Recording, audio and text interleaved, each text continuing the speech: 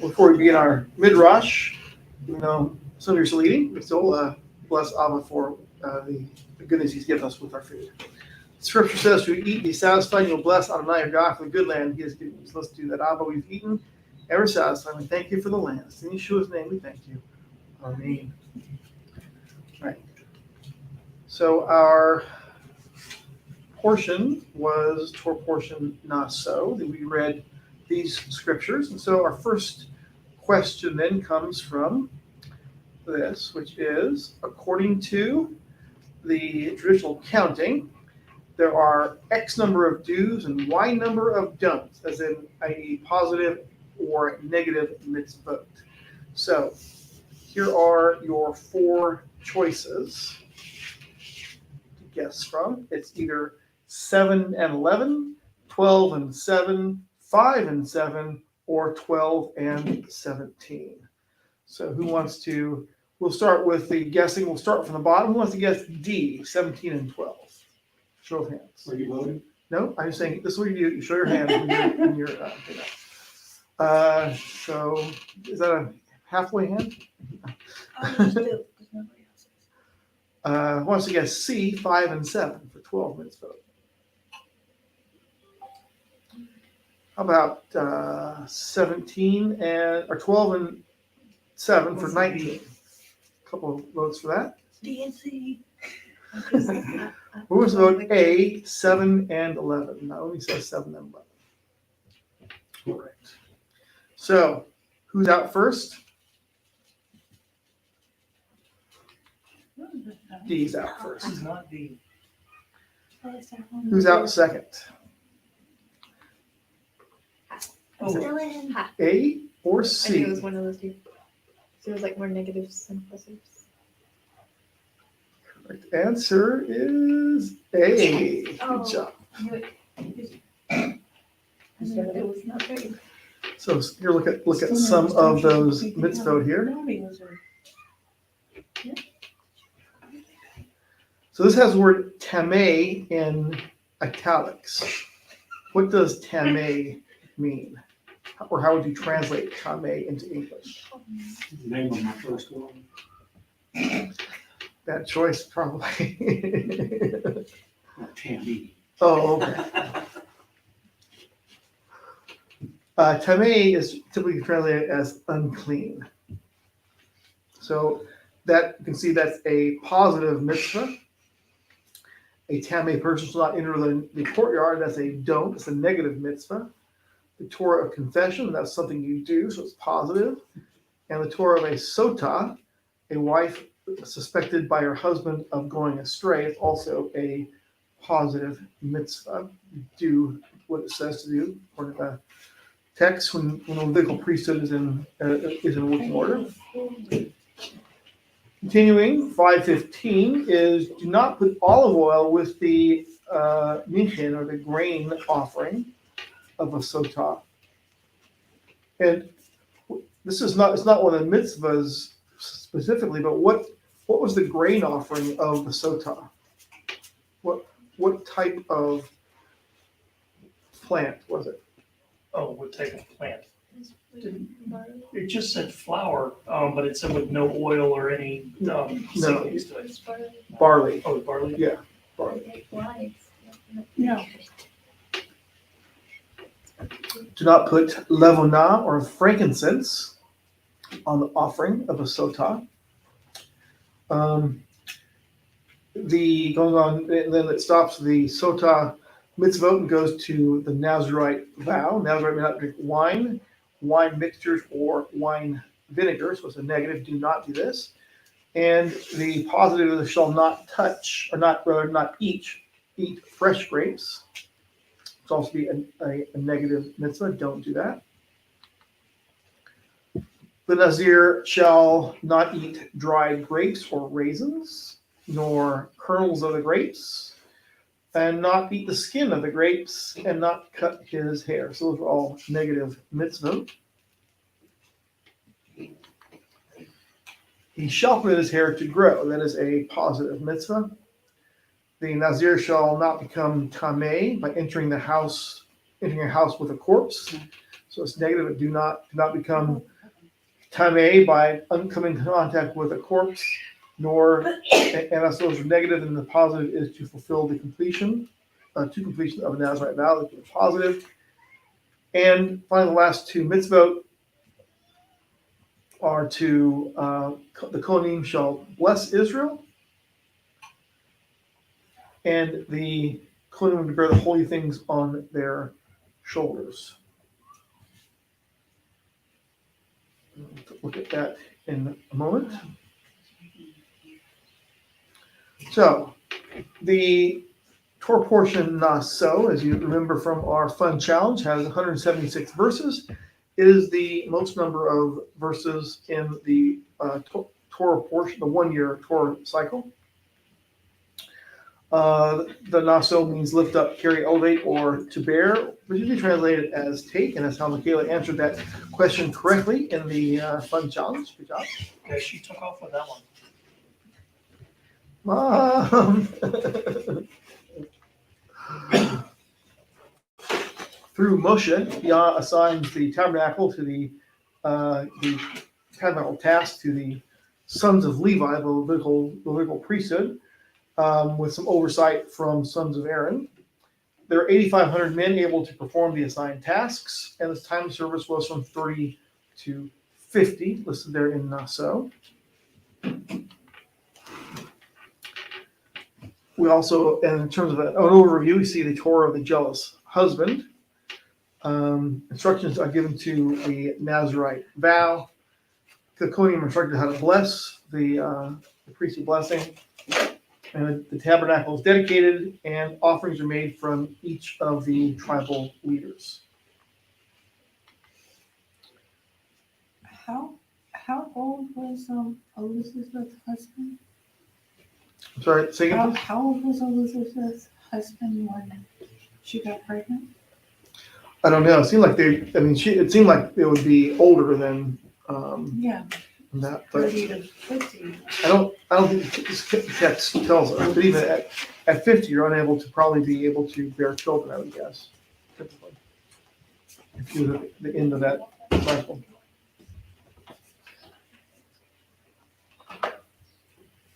You see forms of the word naso, or the bearing, are you see at least you see it 4 times here and several times elsewhere in the Torah, in scriptures as well, not just Torah.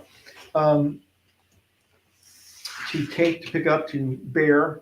The word naso is there in 425, as well as in 531 and 626 and 7:9.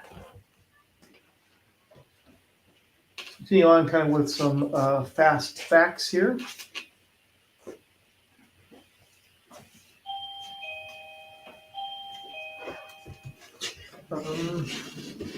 You go check and see if something's at that sign. It may be some other door. Yeah, go run them off.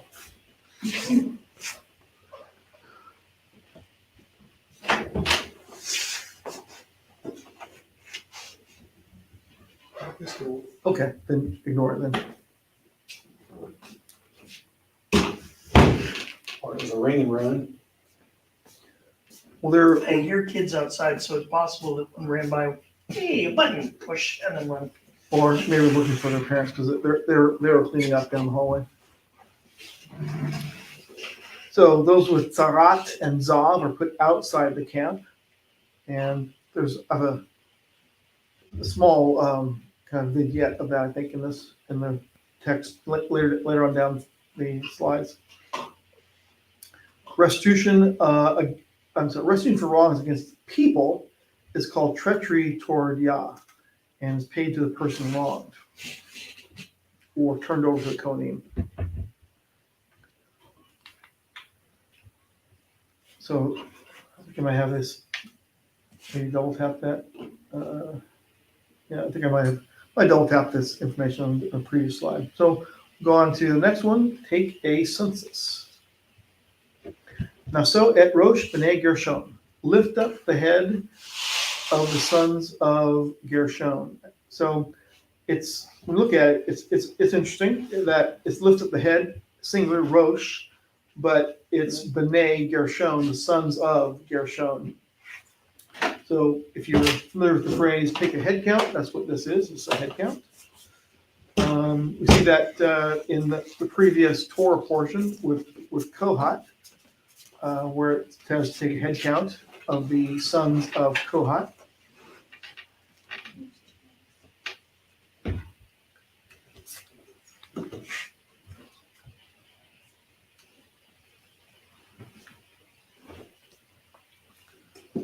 Also, we see different translations of the covering. In our first verses, they shall carry the curtains of the Mishkan. That was one of and the tent of meeting. That was one of the answers to the fun challenge.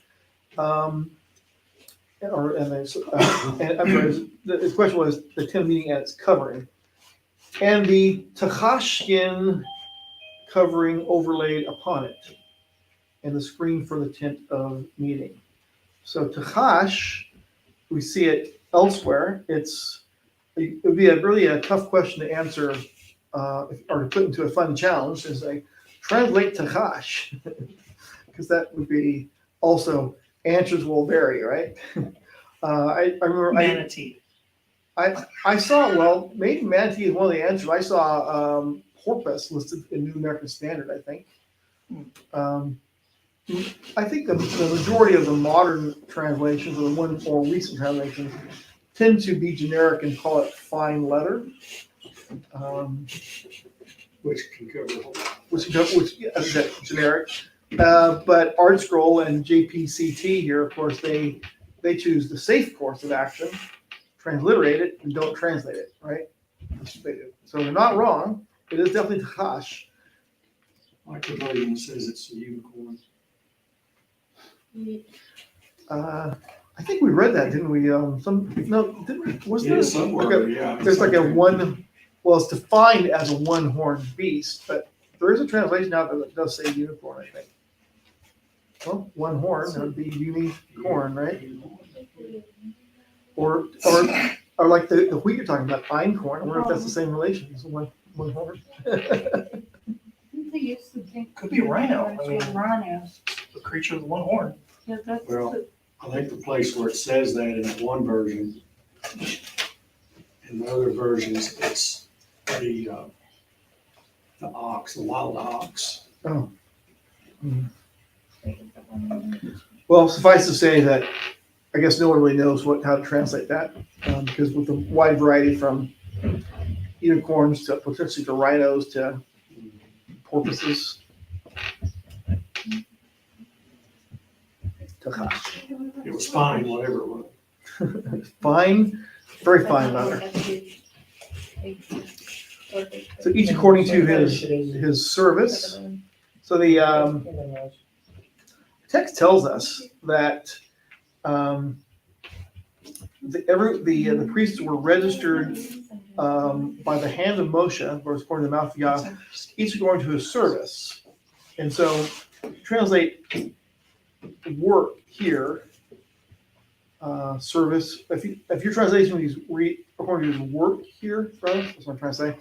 The word there for service is the word avodah, which can mean labor.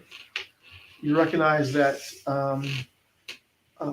avad is often as work,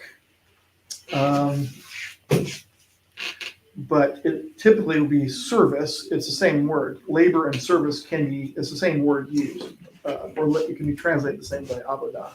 So it could be work, but it's typically translated understood as service, as in the service in the tabernacle. So we also have a kind of a parallel. It was not part of our readings today, but in 1 Corinthians chapter 12, this is sort of a excerpt. There's some dots in there to separate that. But for as the body is one and has many members, but all the members of that one body, being many, are one body, so also is Messiah. But now Elohim has set the members, each one of them, in the body, even as he pleased. And if they have all had been one member, where would the body be? And now there are indeed many members, but one body. And so it's the same idea here. The one body concept is there's one body, but made up of many, many members, and that but they're all doing according to the service that's counted. So even though what that's getting at is the sons of Levi all were doing Levitical things, but their jobs was different. Their work was different in that. The same thing you could say for sons of Aaron, which are, of course, are sons of Levi. The priesthood, of course, Moshe is not a son of Aaron, but the priesthood does their service, even though they're sons of Levi. They have a different service than their other relatives of Levi. But again, many members, but one service or one body. So what does it mean to be banished from the camp? That's the next thing that comes up here. According to what is traditionally taught, that there at this time, and also I'll show you the reference for it on the next slide. At the time of the encampment in the wilderness, there were 3 camps.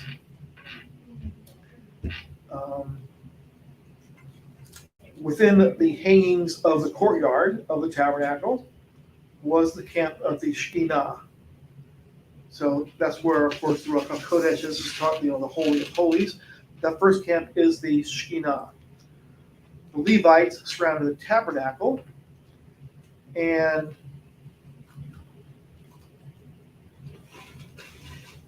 that was the second camp, the camp of the Levites. And the third camp was the camp of Israel, and this is derived from Talmudic reasoning, Talmud Pesukim 67, and it's elucidated, added onto by Rashi, or explained by Rashi. He says anyone afflicted with tzarat was expelled from all 3 of the camps. One with a zav, or a mission, was allowed into the camp of Israel, but banned from the other 2. One defiled by a dead body was permitted even into the Levite camp, and is banished only from the camp of the Shekinah. Shekinah, if you will. That's the understanding, at least from time of Talmud, and certainly from the Middle Ages with Rashi. Any other thoughts on that subject of being banished from the camp? The thing is, if you're banished from the camp all the time, that would make it really inconvenient, I think. A tzarat, of course, is going to be outside the camp under all circumstances, outside all the camps. Except if they have tzara, aren't they supposed to go see the priest if it gets better? Right, but I think that would be they can't do that. I think the priest goes to them to see them, not the other way around. So this is what the text that talks about the trespass against Yah. The next in 5, 6, and 7. Speak to the children of Israel. When a man or woman commits a sin that men commit and trespass against Yah, and that being is guilty, then they shall confess their sin which they have done, and he shall restore his guilt in its principal plus 1/5 of it, and give it to whom he has been guilty. Continuing, but if a man has no relative to restore the guilt to, the guilt which is restored goes to Yah and for the priest, in addition to the ram of the atonement, with which atonement is made for him. And every contribution of all the set apart gifts of the children of Israel, which they bring to the priest, becomes his, and every man's set apart gifts becomes his. Whatever any man gives the priest becomes his. So what this kind of teaches us is that sins against your fellow campmates are considered to be treachery against Yah, or as the article reads, treachery towards Hashem. And so the people of Israel are to confess their sins and make restitution, which is kind of its original debt plus 1/5 or 20%. And if there's no guilty party if the guilty party has no way to make the restitution, they give it to the Kohanim, since the treachery ultimately was against Hashem anyway. What's your rabbinic reason on that? Well, not really a rabbinic reason, it's actually what the text says.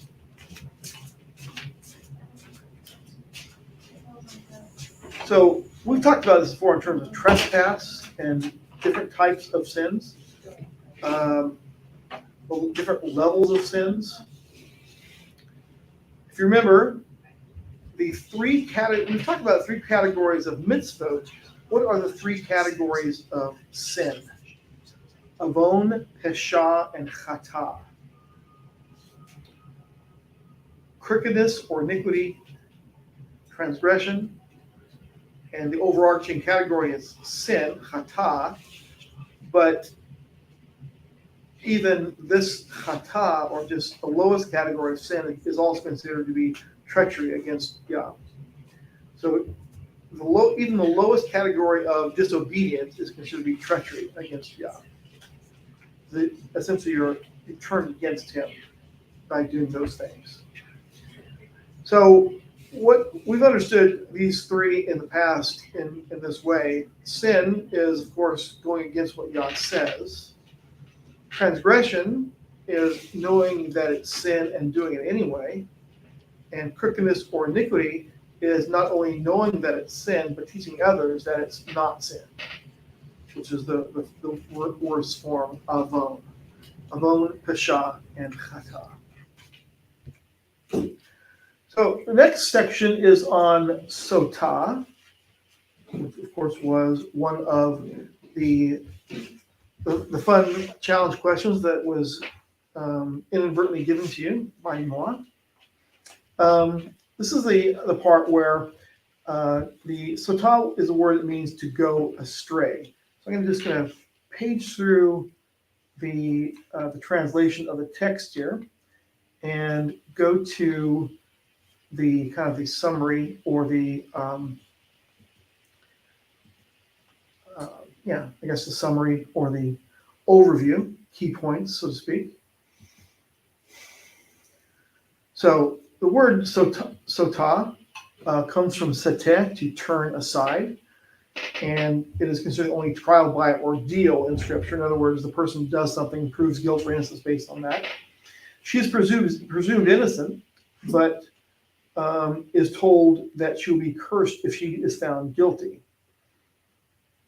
In a sense, then, this trial by ordeal could be considered an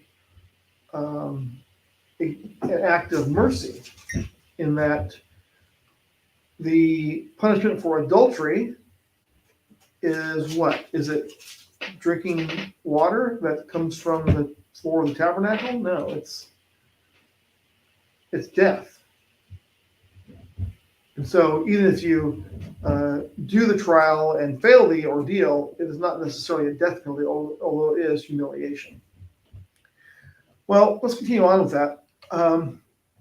According to Devarim chapter 17, it takes 2 or 3 witnesses to put someone to death. And so in this case, the reason it's not a death penalty is because there aren't any, by definition of this thing, there aren't any witnesses. It's only the suspicion of the husband. So this could be considered a call for witnesses, but even if they're found guilty, she is not put to death, and so it would violate Devarim 17. So you might ask the question, why is there no similar, this is the Torah of the jealous husband, why isn't there a jealous wife passage?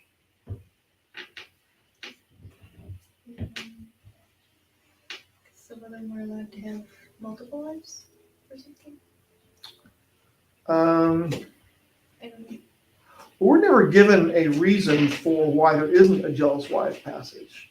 I don't think it's about that. I would say that the reason, and again, it's only my suspicion, so to speak. Excuse me.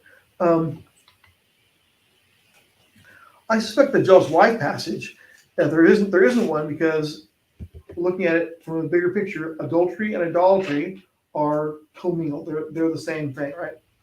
And Israel is the bride. And so Israel, the woman, is the one who's always been adulterous. The husband, in that case, in this vignette of Yah being the husband and Israel being the bride, the husband, in this case, is never unfaithful. It's only the wife. So it really only applies to us. Even in this scenario, of course, the bride of Yah is not necessarily all females. It's a picture. So we're the ones who are the adulterers, and Yah is never unfaithful to us. Yeah, but back then, what was a husband being unfaithful? What did that look like?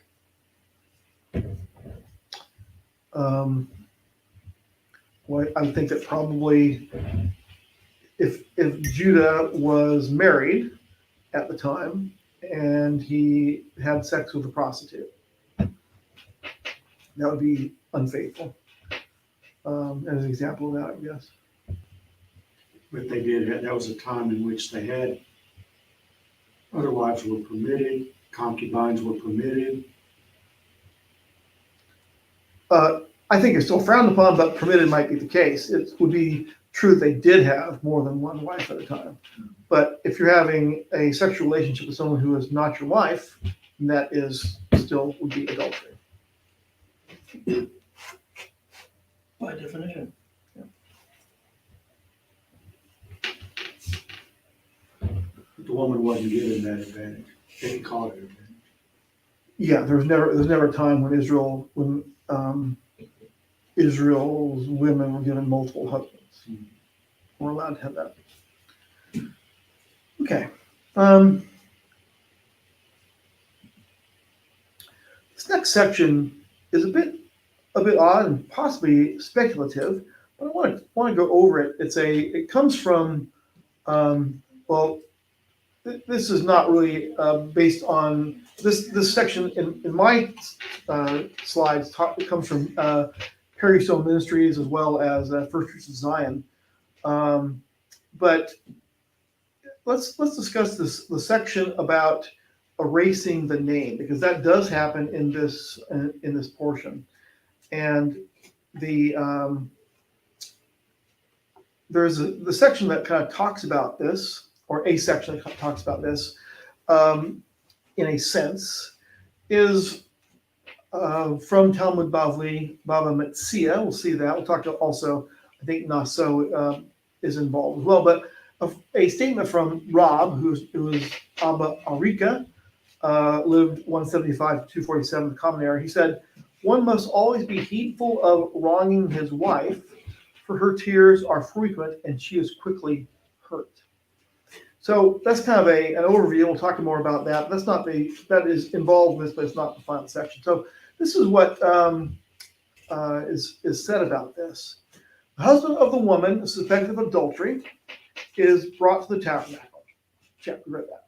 The priest officiating the ritual or the service prepares a cocktail of water and dust from the tabernacle floor. He makes the woman swear an oath that will bring an imprecation or a curse upon herself if she is guilty. Then the priest wrote out the words of the oath on a scroll, washed the ink from the scroll into the water, and gave it to the woman to drink. Our text says from Numbers or Midbar 5:23, the priest shall then write these curses on a scroll, and he shall wash them off into the water of bitterness.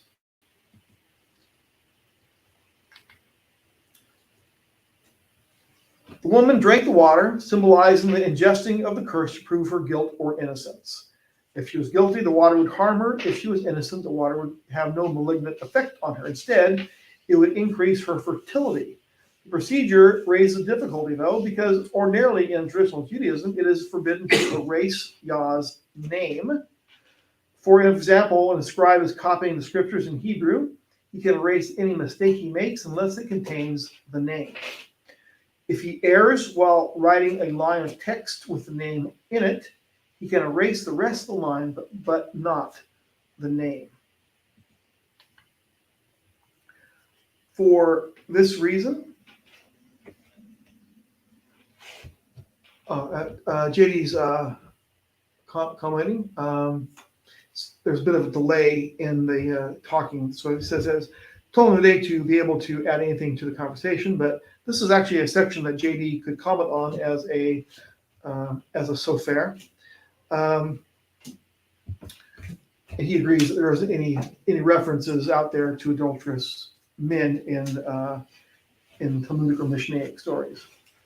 Okay, so for this reason, observant Jews do not write the name in Hebrew on a chalkboard or a whiteboard, so the name will not be erased. Documents containing the written name in Hebrew take on a more precious status. They are not carelessly dropped or destroyed irreverently, tossed into the garbage. Books containing the name are traditionally not even left face down on a table or placed beneath another, between other less sacred books. Such books are never taken into bathrooms. Even photocopies containing the name take on a set-apart status. When a scroll or book or piece of paper containing the name is ready for disposal, the item is accorded a proper burial of sorts in a repository for sacred writings. These traditions teach us to respect and revere the name. As you might recognize, a famous burial place for Torah scrolls that became too used to be used, but they didn't destroy them, is the Cairo Geniza. That's been a big treasure of scrolls, basically a scroll burial ground. So in green, given the respect accorded to the name and the strong tradition against erasing the name, why does the Torah command the priest to erase the curse from the scroll into the water? We're Because God comparing says- command and tradition. Actually, erasing it into the water is only technically erasing it. It's becoming part of the water that's going to become part of a person. Right. It's still erasing it, though. I mean, if you're, if you are erasing the name into water, it does Just say still. the So where does curses was- command say? The commands don't say not to erase the name.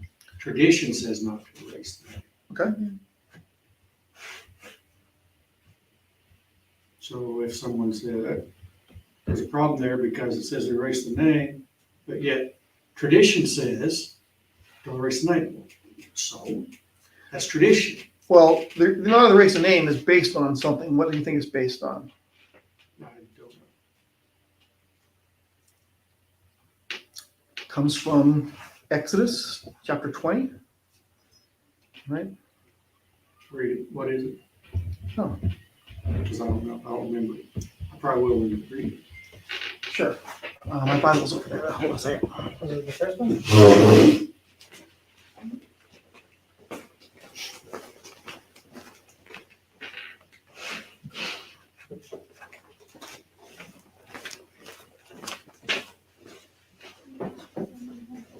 I think the commandment, the man-made commandment of not to use the name is also a form of erasing the name. Could be.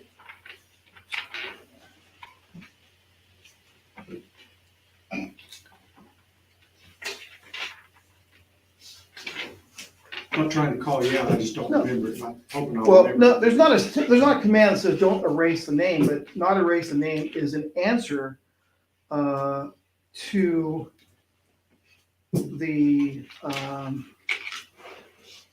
in here.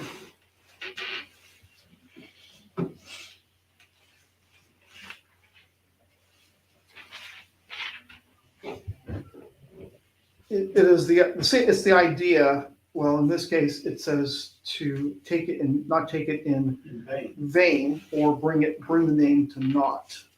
which in that case right there, if you read that context right there, it's talking about swearing falsely using the name.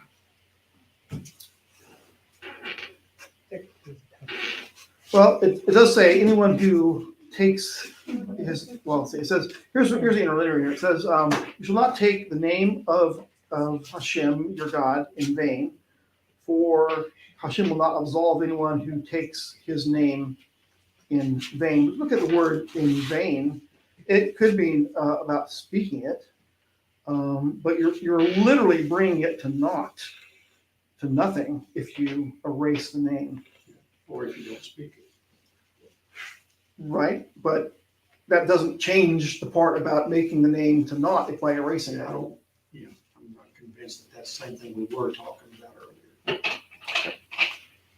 Especially since this, like I was saying, it's being put in water that's going into someone. So it's not being brought to naught. It's being used for a specific purpose. See those terminologies, brought to nod and Right. what's right there. Kind You of can vague. read all kinds of things into what that Right. means.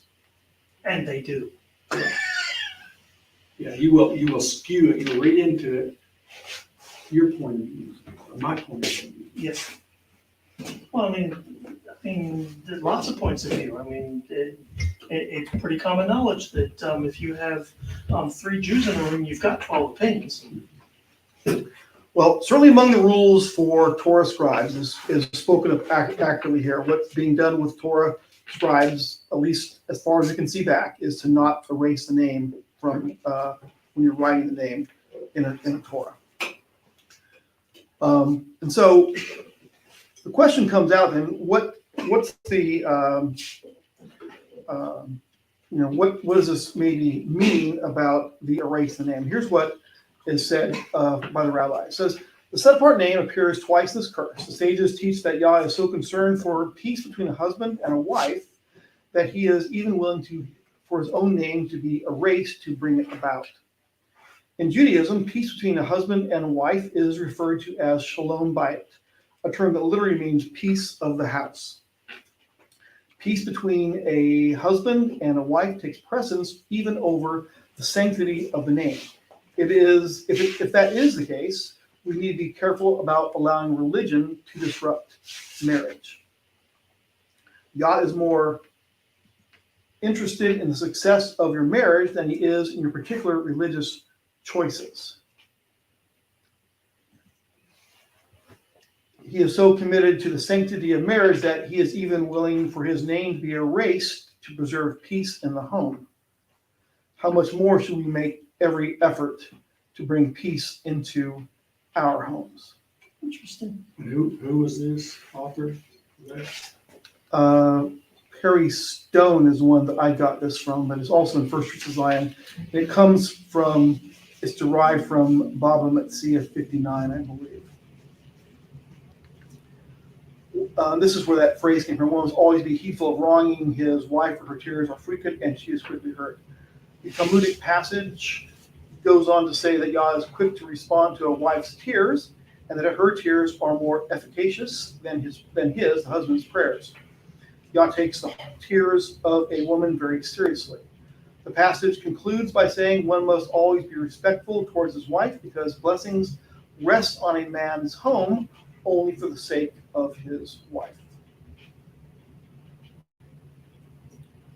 So when you look at My Bible actually has a little bit of commentary on this section we're looking at. Mhm. In the case of a wife suspected of unfaithfulness, if a woman were apprehended in the act of adultery, both she and her adulterous male partner were subject to the death penalty. The ritual outline here puts the matter of a suspected but not apprehended adulterer in the hands of God, the only reliable witness. These provisions ensure that a woman found to be innocent would be preserved from stoning by a mob. Throughout the book of Numbers, special attention is given to matters related to women, including women's property rights and women's vows. 27, 1 through 11, 36, 1 through 12, and 31, 1 through 16.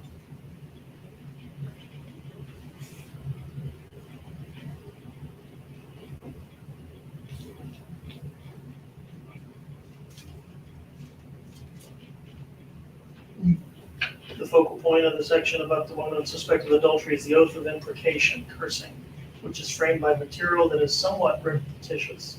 Some interpreters suggest the repetition is the result of combining materials from multiple sources, but this type of repetition structure is typical in Hebrew literary style. The oath takes place at the entrance to the sanctuary before God and the priest, who prepared the potion made of holy water, tabernacle dust, and the words of the curse.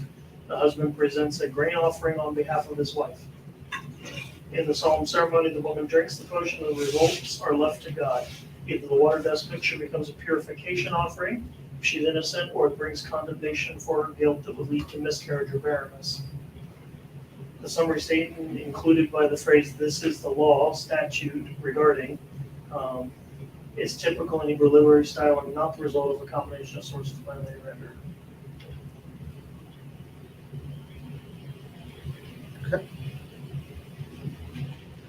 Moving to chapter 6, why is a section dealing with the Nazarite juxtaposed to the section of the adulterous woman, or the Sotah?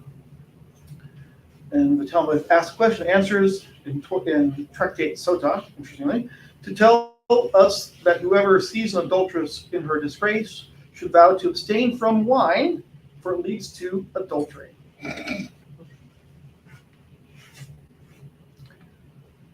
So why abstain from grapes? According to Midrash and the Zohar, it is that Adam and Eve sinned caused by a sin of a grapevine, although it does say ate a tree, and it reads this way. So why is a Nazarite different? Why are grapes forbidden to them? He responds, this procedure and prohibition is of the highest secret, that the Nazarite is to isolate himself entirely from judgment, more so than a priest. It is known that the tree by which Adam sinned was a grapevine. It was known that. It is known that. Yeah. Don't doubt it. I have a different idea on this as to why, because it first starts off with wine and also then does beer. The only thing it doesn't mention that is included in grapes and anything that comes from a grapevine is yeast, because that's where you find yeast, is on grape skins. It's the yeast that was used in so many different things to make wine and beer. It's not quite the same as bread yeast, so that might be why bread was not included. Well, apples have yeast on it too, to make apple cider with natural yeast on it. There's natural yeast on everything. Not sure they knew about the apples, but yeah. Well, there is a section in Shoftim Judges that does have an association between grapevines and trees. The word tree and vine is different, but tree, this is the section on trees, and selecting a king, sort of it's a story. The trees went forth to anoint a sovereign over them, and they said to the olive tree, reign over us. And the olive tree said to them, shall I leave my oil, which they esteem mighty ones and men, and go to sway over trees? And the tree said to the vine, come reign over us. And the vine said to them, shall I leave my new wine, which rejoices mighty ones and men, and go to sway over trees? So it seems that from this, that if you're looking for a king over trees, vines were considered, at least enough to become a potential king over trees. Again, it's a story, from Shoftim or Judges that talk about this, but it's not necessarily the same. This does not confirm in any way what the Zohar says about what Adam and Chava ate to cause their sin, but it's not completely far-fetched in that sense. It is speculative rather than knowing. But we can say for sure that these two passages are juxtaposed right together, and there's not doesn't necessarily need an explanation required for it. But the same point is that this is an explanation for it. Which also brings up the question at the end, right after the Nazarite vow, just juxtaposed with it as well, is the blessing. The big one.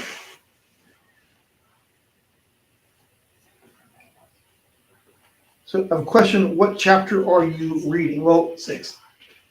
we're in Bamidbar, or Numbers chapter 6. The slide is talking about answering a question about the juxtaposition of the adulterous woman or the sotah and the Nazarite vow section. We've done some previous questions about, for example, why is the section about priests not being drunk on duty, why does that follow after the death of Aaron's sons, Nadab and Abihu? Yeah. It's the same thing, though, right? It's right after this event comes this other thing here. You make the assumption that because it is on the footsteps of the previous statement, it has to do with it. Right. So you can either make a speculation about it or just say, what? They were just off to the next subject. Because, like I said, literally the next thing after Nazarite vow was the priestly blessing, Right. which wasn't aimed at, which is the priests were supposed to do something separate. First it was women, then it was everybody who wanted to do the Nazarite vow, and then it was the priestly blessing. Are they related? It doesn't really seem like it. It's just, So what should they have done to show that it wasn't related if it wasn't related? Bit of a blank page separating them? Well, yeah, that would be a pretty, I mean, God was handing out instructions. Okay, I want you to do this. What was before that was the compensation for wrongdoing and isolation of the unclean. Yeah. So, I mean, they're. But those may all not have been different- written one right after the other. There may have been, who knows how much time went by before that. And then we put it together today, just because in our Bibles, it's put one right after the other. Well, Doesn't it's mean- been that way for a couple thousand years, because that's. Yeah, what still, it how was doesn't written. mean anything. Right, it doesn't necessarily mean anything, that's what I'm saying. It's, But they may be here right one after the other, but a lot of people like I'm to- wondering if it's a possibility that because of Leviticus and everything else, where most of this was already mentioned, these were specific instructions to cover in detail some of the things that were mentioned before. So it's like, okay, so you had a question about this, here is. It does that. You had a question about this at one point, here's an answer for that. In a lot of places, it outlines something, and then later it goes to the details. Right, of which that is what, I mean, the jealousy ritual, almost 2 full pages. I mean, the Nazarite vow stuff is another almost 2 full pages. So it would appear to me that it's detailed. It's not special that they're connected in any way. It's, here's a topic, we're gonna discuss it. Here's a topic, we're gonna discuss it. Now Here's a let's find topic. where the details are. Right, and here are the details. it could be, that sounds like one rabbinic answer could be. One example, one answer would be, Most of the answers. well, I mean, it sounds, because it's speculating, if you make speculation on it, it would sound like rabbinic answer. So I guess we're, good job. You're welcome. So what about Paul's vow? Was Paul's vow a Nazarite vow? What was called Considering, that? yeah, because considering how he had to end it. See, He those are went the only through the vows that ended process, that way. that's for sure. So he cut his hair outside the land. So in the text from Yeah, it say cut it at the tabernacle. right and present it at the tabernacle. I think it said go It, there. it probably said to do that too. I think one of the things that we read about is that the halakha at the time, because of the dispersion, there are people that lived far outside of easy walking distance to the tabernacle, or the temple rather, at that time.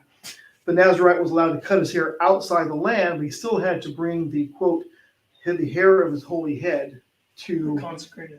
the tabernacle. Because otherwise, that would mean if you were going to make a vow, you had to make a trip to the Holy Land, or to the tabernacle, or wherever. You still did, To end No, I it, mean to start it. Yeah. And then again to end. which might be You very. couldn't make a promise anywhere except there.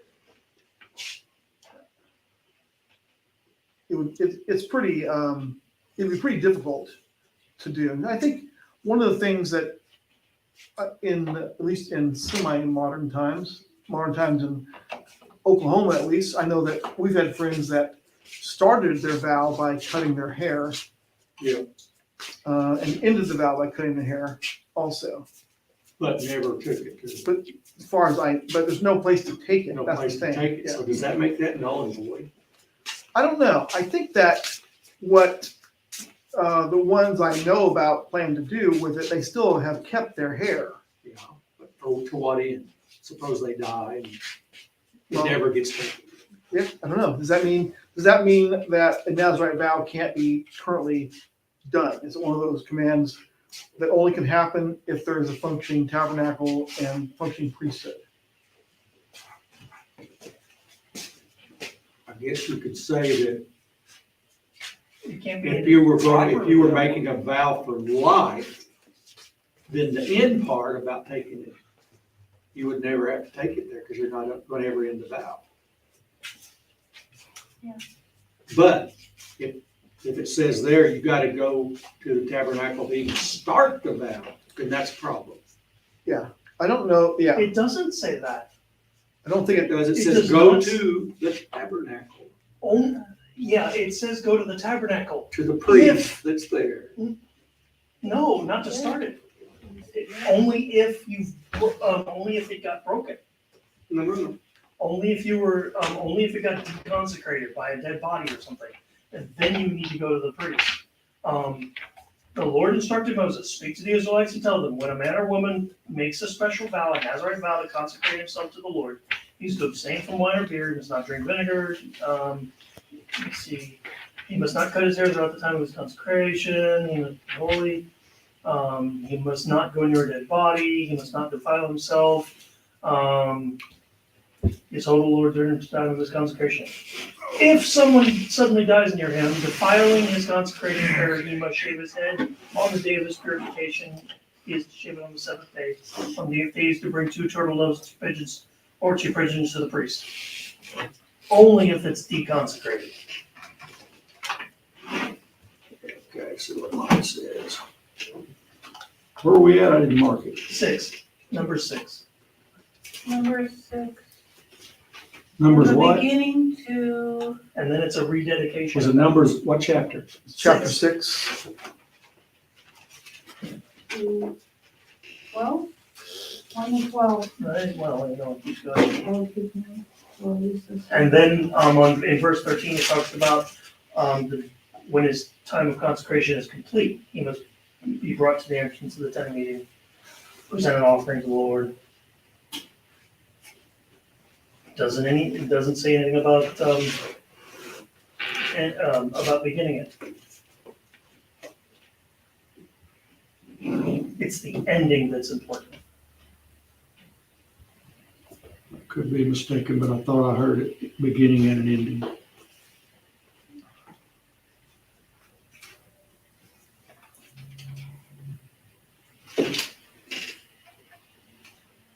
You don't have to wait on me. No, but we're saying, it seems from the text that you don't have to have a priest with you to start it. But in order to properly end it, you probably do. Well, yeah, Um, clear. So if there is no, if you, I guess perhaps rely on the halakha of Second Temple Judaism to end your vow outside the land, and then when the temple becomes operational to bring it, then you could properly end it that way. But without a functioning priesthood, it doesn't seem like it's not, just like you may, just like we're celebrating Passover, not actually keeping Passover. When you make a vow, it would probably be better to, I don't know.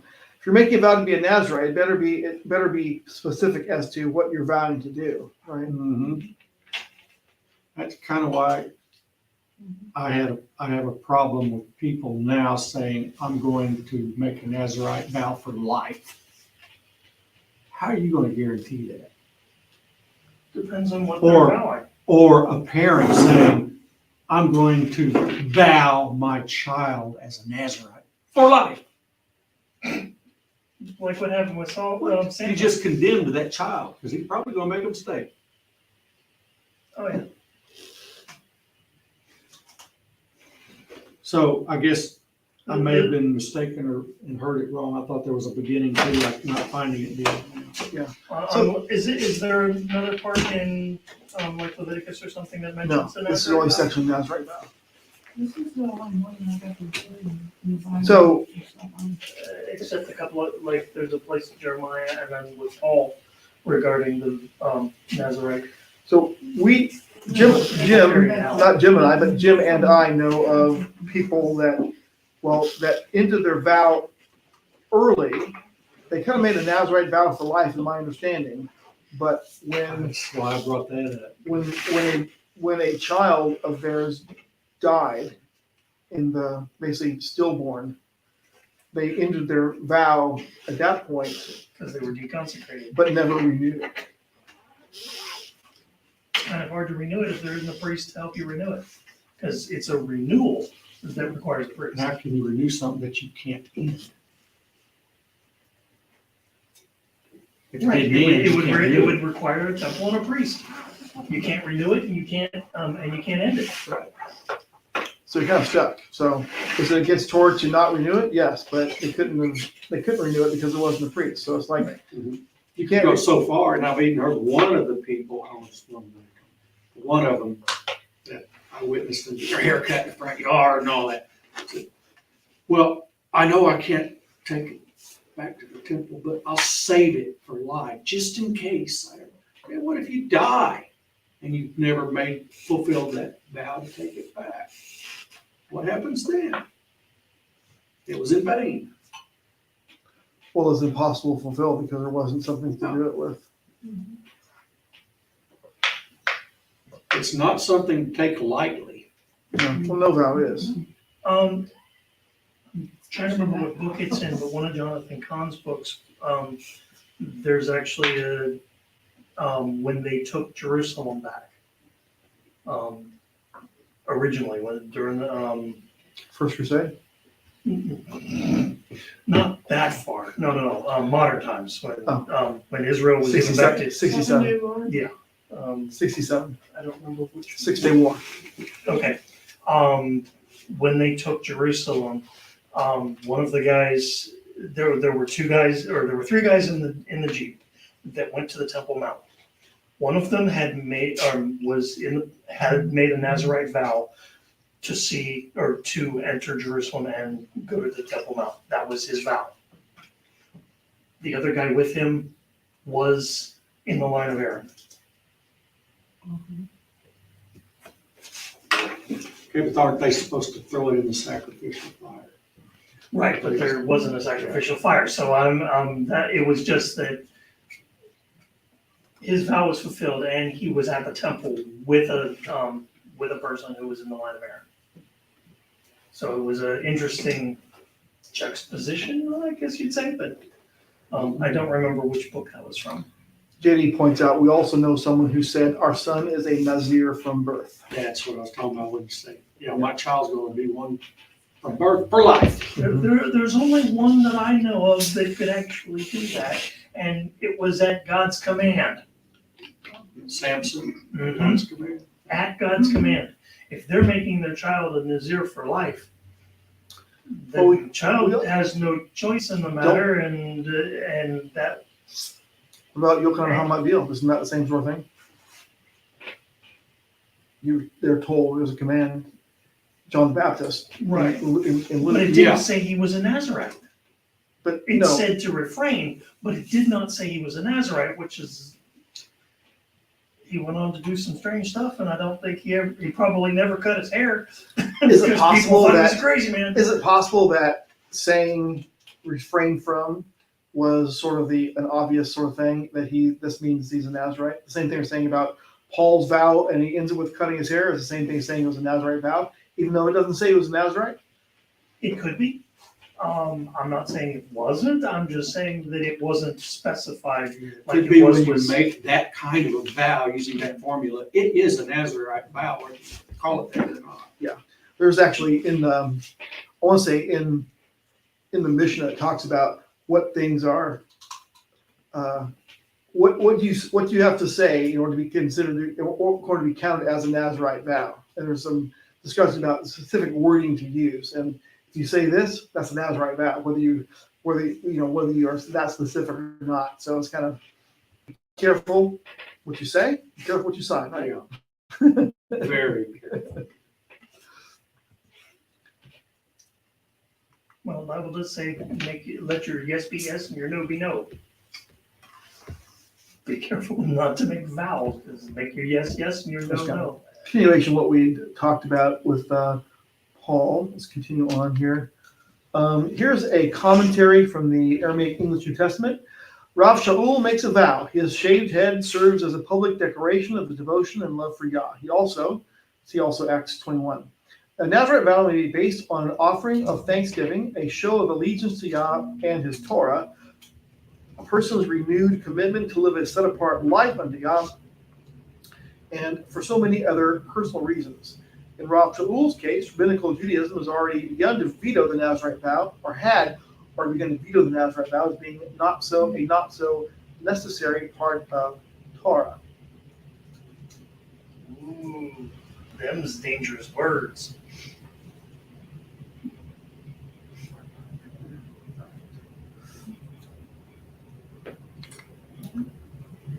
So, The thing is when he shaved his head, was that the beginning of his vow, or was he ending it?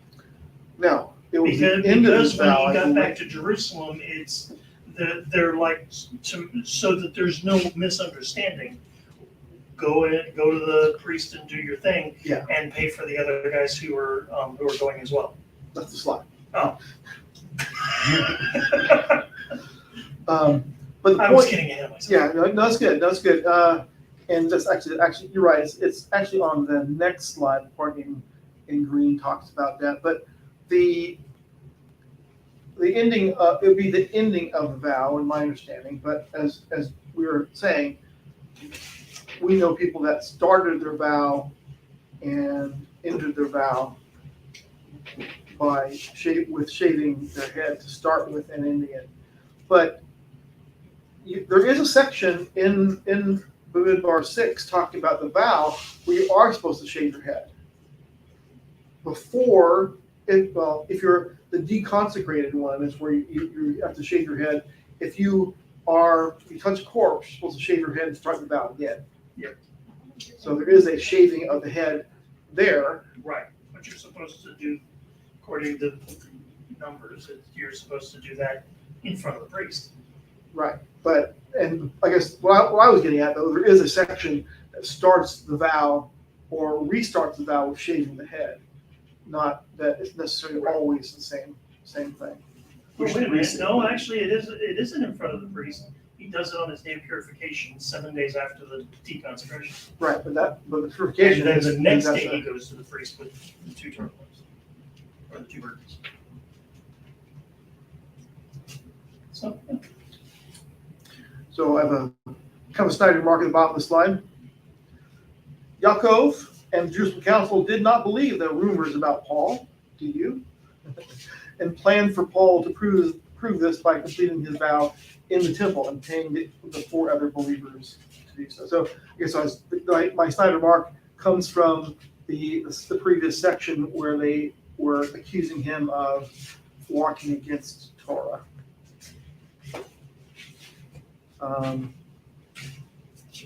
They've been told about you that you teach all the Jewish people among the Gentiles to forsake Moses, telling them not to circumcise their children or walk according to the customs. So many of our New Covenant brothers firmly believe the rumors about Paul. And we shouldn't. They're not true. Okay. He went to the temple announcing when the days of purification would be complete and the sacrifice would be offered for each of them. So neither Paul nor the Christian council viewed the Nazarite vow, sacrifices in the temple, to conflict in any way with faith in Yeshua of Nazareth.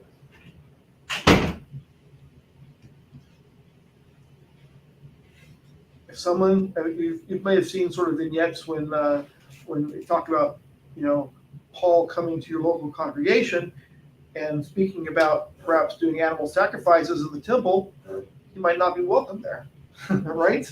I mean, here is different, but within traditional Christianity, Wouldn't be a member of Peter. no, I suppose not.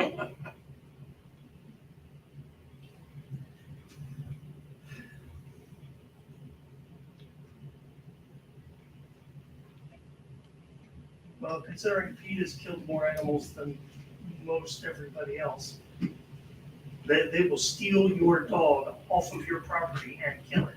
They've done that on numerous In occasions. the name of being kind to the animals. It's because of their association with the ATF. With the what? The ATF, Oh.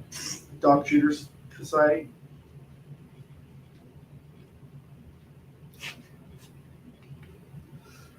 So, in the Aramaic text of Acts 21, talking about that, fulfilling is shalem and observing is netar, observe the Torah. Paul took those men, and the following day was purified with them, and as we said, and so this shows that Paul was actually doing what he said he was doing, fulfilling his vow. Since it mentioned the purification's only if you were renewing that vow. So, was this the end of the vow, or was this a renewing of the vow? Because it would be a whole lot cheaper if it was renewing of a vow, then he'd just need 10 birds.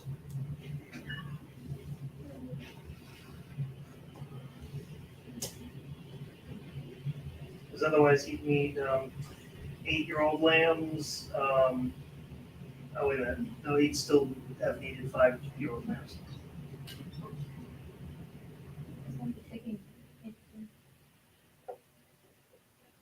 That's a good question. Because it mentioned the purification, and the only time the purification was mentioned was shaving the head after being deconsecrated. Well, it's certainly worth something to look into.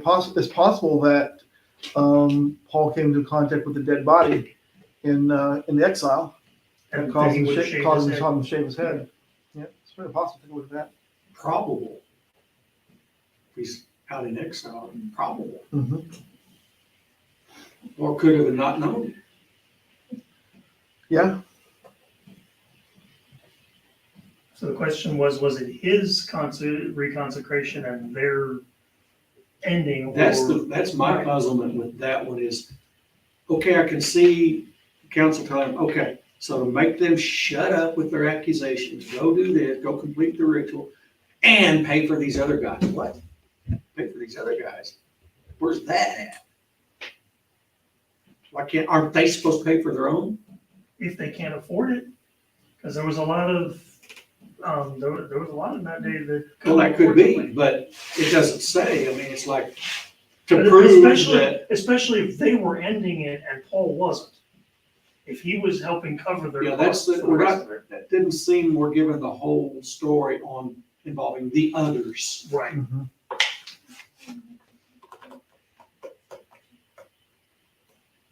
Yeah.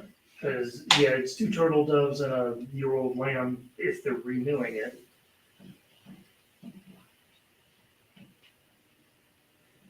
And and when they come to end it, it's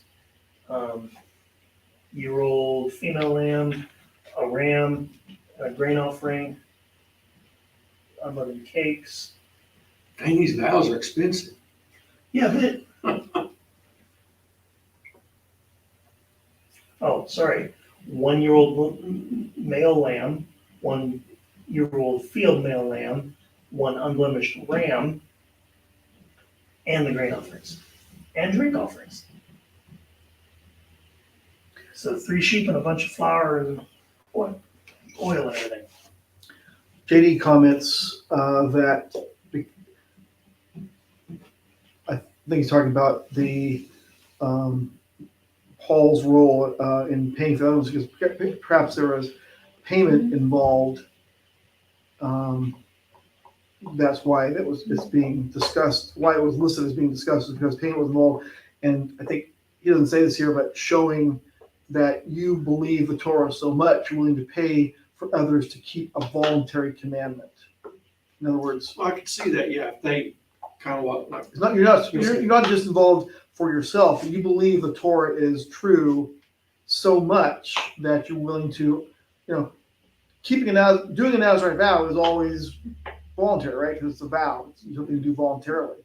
So paying for others to keep a vow would be like paying for others to keep commandments they don't have to keep, in the sense of could be construed maybe a charity type thing. it could be, but you're doing it for the purpose of people Helping them keeping a Torah command. Yeah. So you're willing to put your money where your mouth is. Yeah. That's a good way to think of it. So this slide, there's no conflict between atonement made by Yeshua's blood and the giving of offerings in the temple. Paul walks the footsteps of Yeshua, David, and Israel of Elohim. He declares, "I rejoice in the Torah of Elohim in the inner man," from the book of Romans. Each and every blood sacrifice and every offering in the temple points to Mashiach's perfect blood. The temple stood until 70. The followers of Yeshua met daily in the temple and gave offerings to Yah, but they also knew atonement was accomplished through the precious blood of Yeshua. There is no conflict.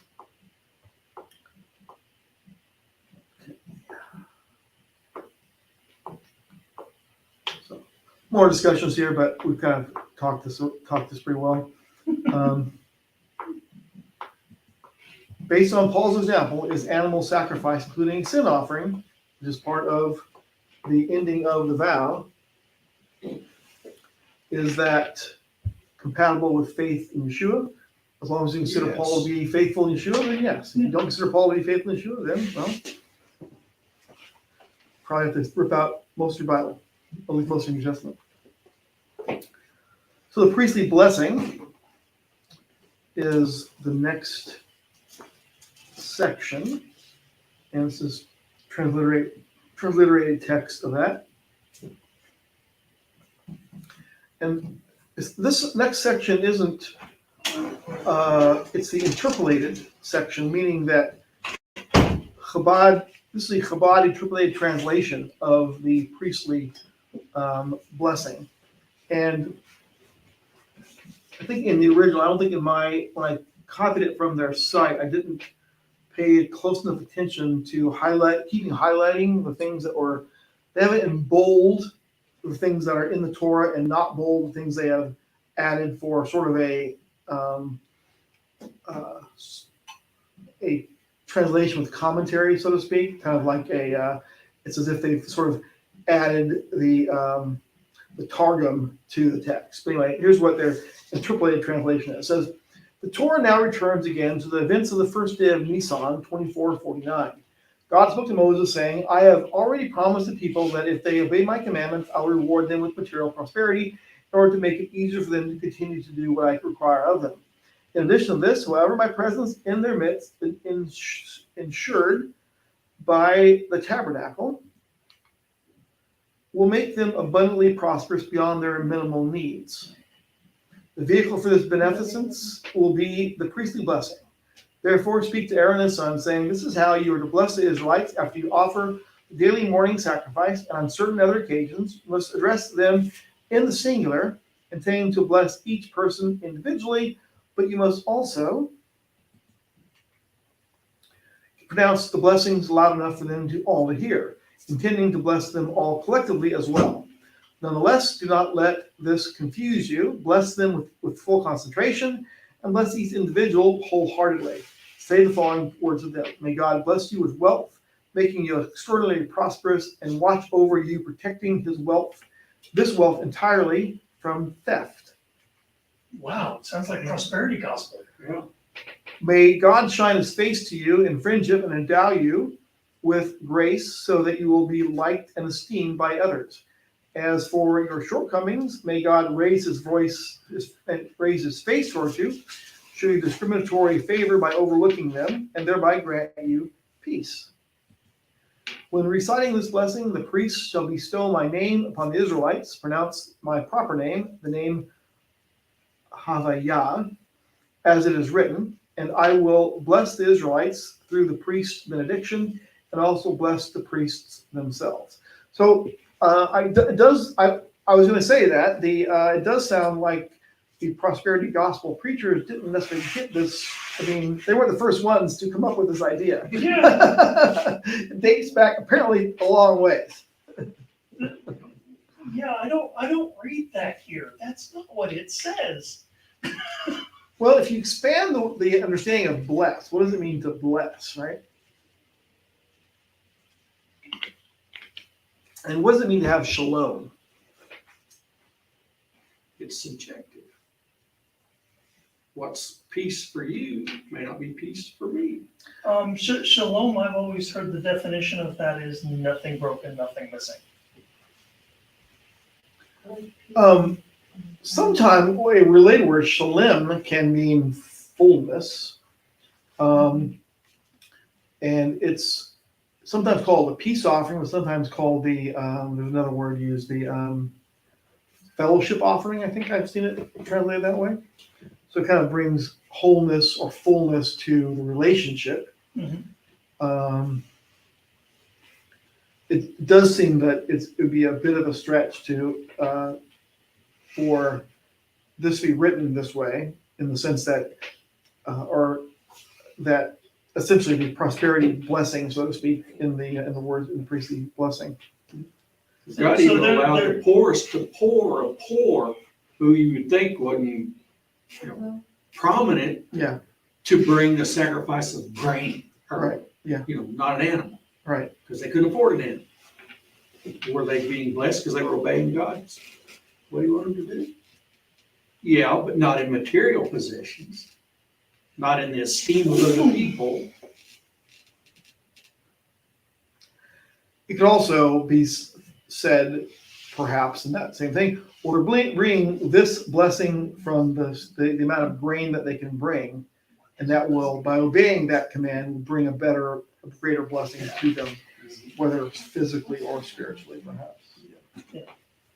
Yeah, the word bless can have many different meanings. That's what I to meant many by different it's people. subjective. Right, it's super subjective, but the blessing goes back to more grace and favor than necessarily anything material. Well, the root word of blessing, And it's blessing,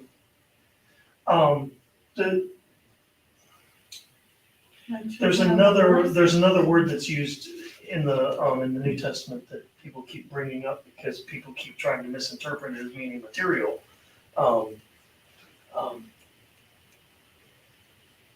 is it ha-mula? And it's one of the reasons that one of the places the prosperity gospel came from was because of the terms that they were using and the way they were interpreting them. Prosper back then. Oh, the word was prosper. Prosper. God said, "I will prosper you," but it's not talking about material things, and a lot of people take it to mean that it was material things. Bless is kind of the same thing. It's, I will bless you as my person to do to give you what you need to do what I want you to do. Your needs. Right. Well, I mean, it does say that you will go above and beyond your needs, Good. but it's not necessary.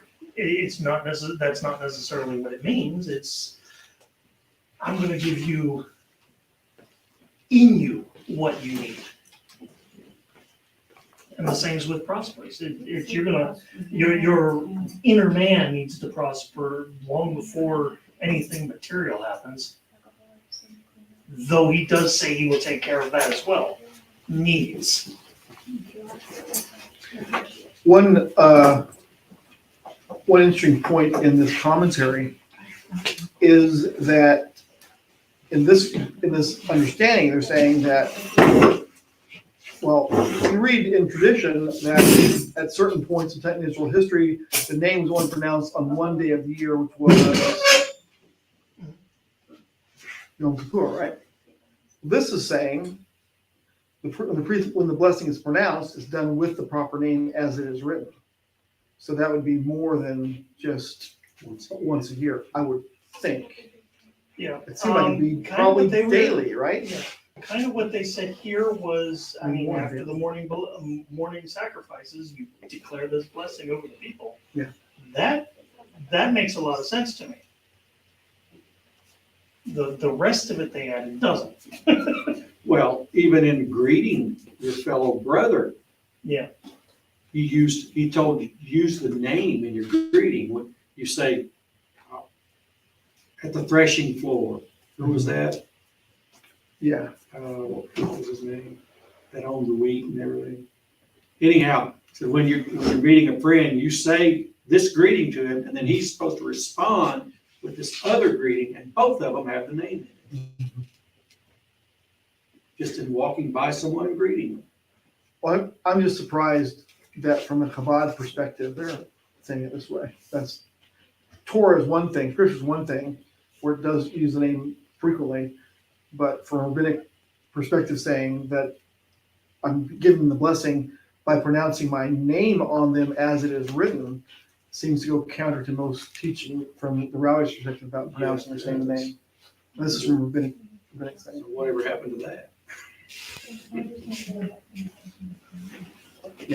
Well, even in the text there, they didn't write the name as it is written. They transliterated it in a pseudo-rabbinic way, I guess. A rabbinic way, not pronouncing it. Okay, well, that is my last slide, except for the question about the dachshund wants to know. Oh, I came across something, not necessarily a question, but the next chapter when it's talking about the offerings that each of the leaders brought. Yeah. There's a little bit of commentary at the bottom that I thought was interesting. Okay. On successive days, a representative of one of the 12 tribes presented in turn the items required in the Israelite celebration, including covered ox carts, sacrificial implements, and sacrificial elements for each of the 3 types of offerings: whole burnt, sin, and fellowship or peace offerings. The tedious, to us, repetition of identical sets of gifts underscores the participation of each tribe in providing for the needs of the sanctuary with its various celebrations and commemorations. This was important to note as a statement of the tribe's unity in the covenant with Yahweh. The collective tribes contributed equally to the support of the priesthood, a pattern that is broken in the Korah rebellion in chapters 16 and 17. A people in communion with God was ready to worship in harmony and to experience His abiding presence if the leaders brought their gifts beginning on the day after the tabernacle construction, second day of Abib Nisan. This celebration would have been completed just a day before the prescribed time for the Passover lamb sacrifice on the 14th day of the month, as prescribed in chapter 9, 1 through 15. The order of the tribes represents the journey sequence presented in chapter 2, 1 through 34, in accordance with the arrangement of the Israelite encampment. I thought that was very interesting. What I thought was interesting is no one tribe's leader could bring more. Yeah. So that people would look up to them as being. Well, they higher. didn't bring, it wasn't, the amount of things they brought wasn't prescribed.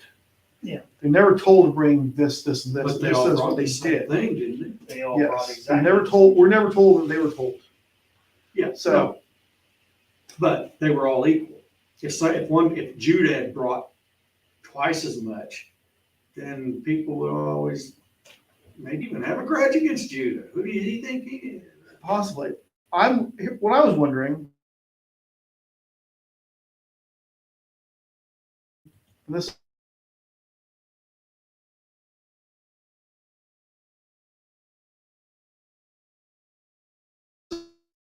is sort of just speculation on my part, but how could that be the case? Well, it could be the case that when the first person, They're like, That's too much something to say. it does stretch that, but again, there's nothing to go against what the rabbis say was they all brought the same thing because they were given basically from the rock to bring that amount. Which you can't really argue against it because there's nothing that says it was done otherwise. Same thing applies that it was, whether it was done as a result of survival instincts, not being, choose the right one, or that there was, this could also be the case that they were specified, but it was never recorded that they were specified. You can't argue against either one of those. I've got another one. Chapter 7, verse 89. It reads, when Moses entered the tent of meeting to speak with the Lord, he heard the voice speaking to him from above the mercy seat that was on the ark of the testimony, from between the two cherubim. He spoke to him that way.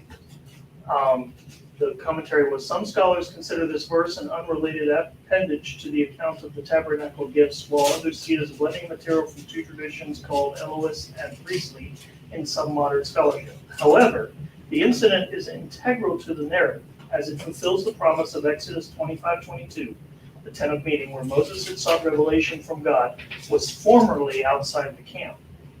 Mm-hmm. But with the tabernacle construction completed, it lay within where the Ark of the Covenant was now housed. Moses could not enter the tent immediately after its construction due to the smoke from the cloud of the Lord that had descended on that moment, or at that moment, Exodus 34-38.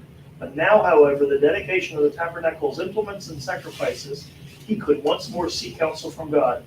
This prepares the reader also for the matters concerning the Levites in the next chapter. Just get into with next portion, the hell of. Yeah, lighting of the tabernacle, consecration of the Levites. All right. Well, let's go ahead and close and get ready for Haftarah.